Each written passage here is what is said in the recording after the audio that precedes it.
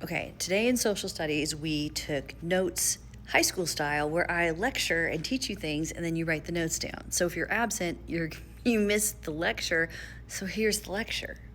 That's how I should do this, right? Okay, we're picking up where we left off and I'm adding some other things. So we learned a few things while we read Night John, and we learned about kind of how chattel slavery was in the South. We kind of, walking with Sarni, felt like what her experience was while she was in the South. And now we want to kind of look at the map and look at what was going on around all of that.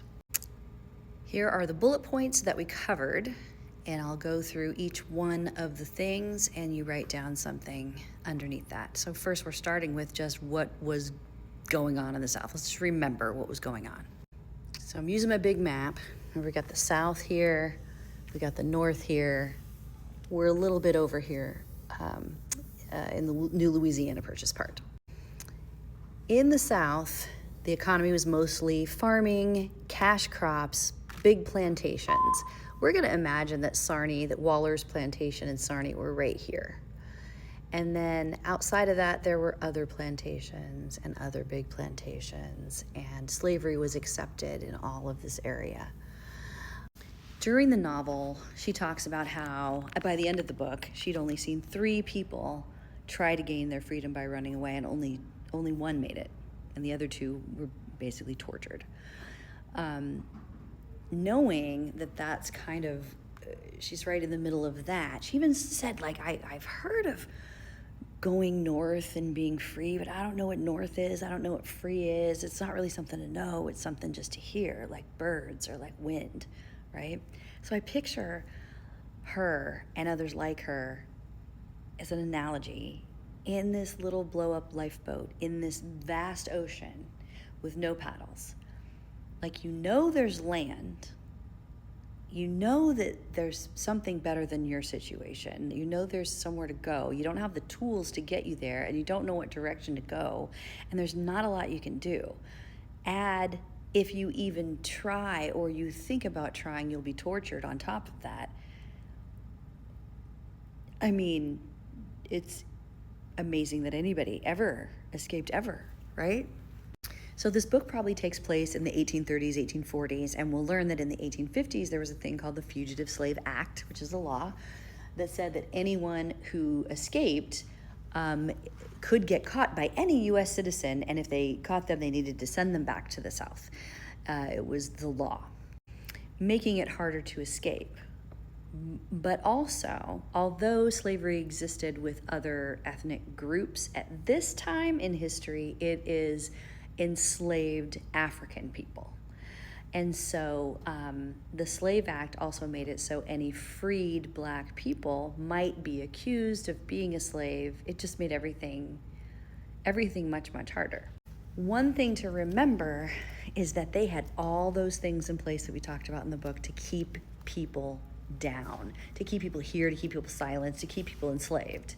They wouldn't have to work so hard if they weren't dealing with strong, smart human beings. So they always knew that. They always had that in the back of their mind. And in the story, even the enslaved people that are telling the story are like, we got to write down what they're doing to us. They talk about the masters, like why they're, they hated them because of what they were doing. We have to maybe get out of this.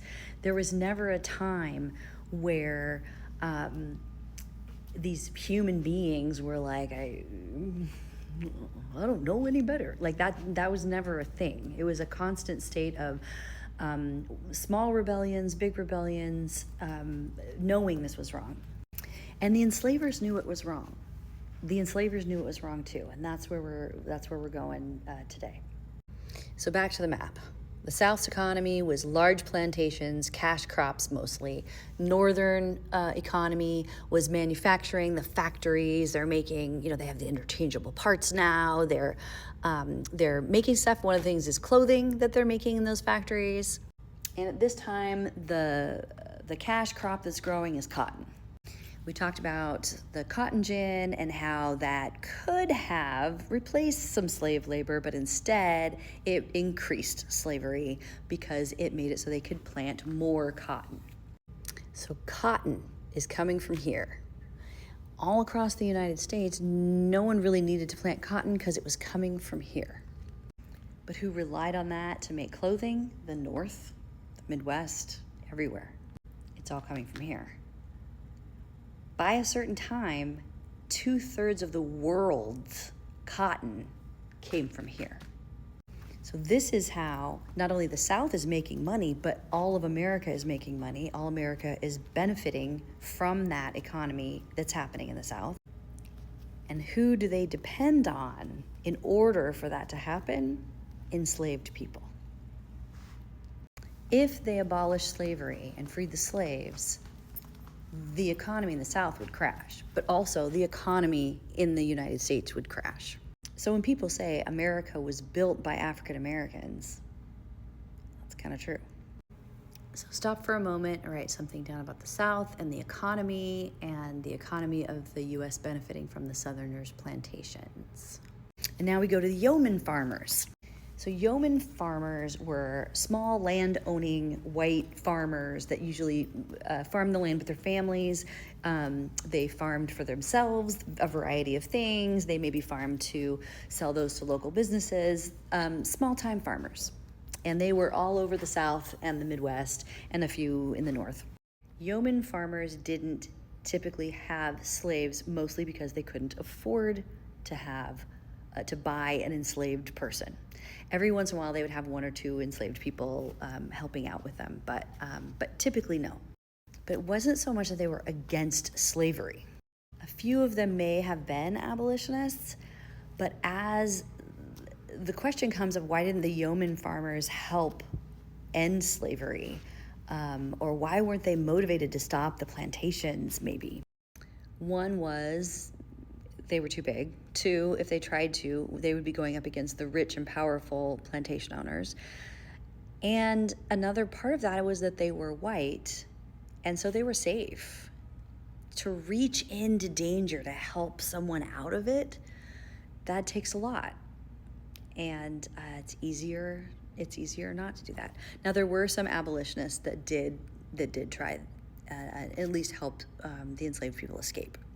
But we want to remember the yeoman farmers because if slavery ends, which we live in the future, so we know that it does, those are the farmers of the South now. What are they going to do? So write something down about yeoman farmers, and now we're going to talk about non-slave states or the free states in the North. Okay, remember in 1820, we've got this Missouri Compromise line, and it was that any new states or territories in this Louisiana Purchase area, if they were above the line, they were going to be free, and if they were below the line, they would allow slavery.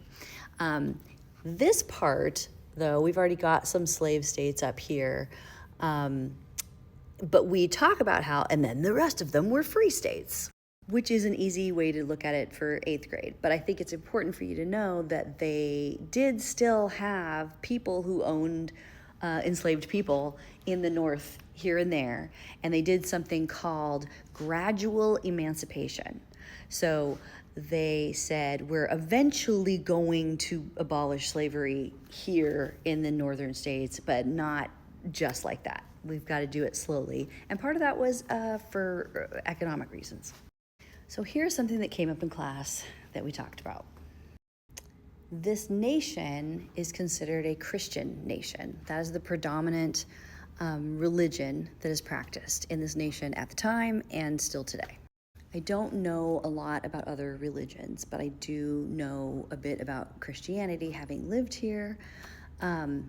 And one thing I know is that in the Christian Bible, in the New Testament, in all the books, in the books that were taken out by Martin Luther, in books that were considered to be put back in, all of them say, love one another, serve one another, help one another, be humble. That's kind of a reoccurring motif throughout the Christian Bible. And so there's that question. People going to church on Sunday to learn that and coming home to enslaved people. How did they justify that? What psychological thing had to happen for them to justify that? That's the big question. That won't be on any test. It's just something to think about. Then go to part 2 to learn about slave rebellions.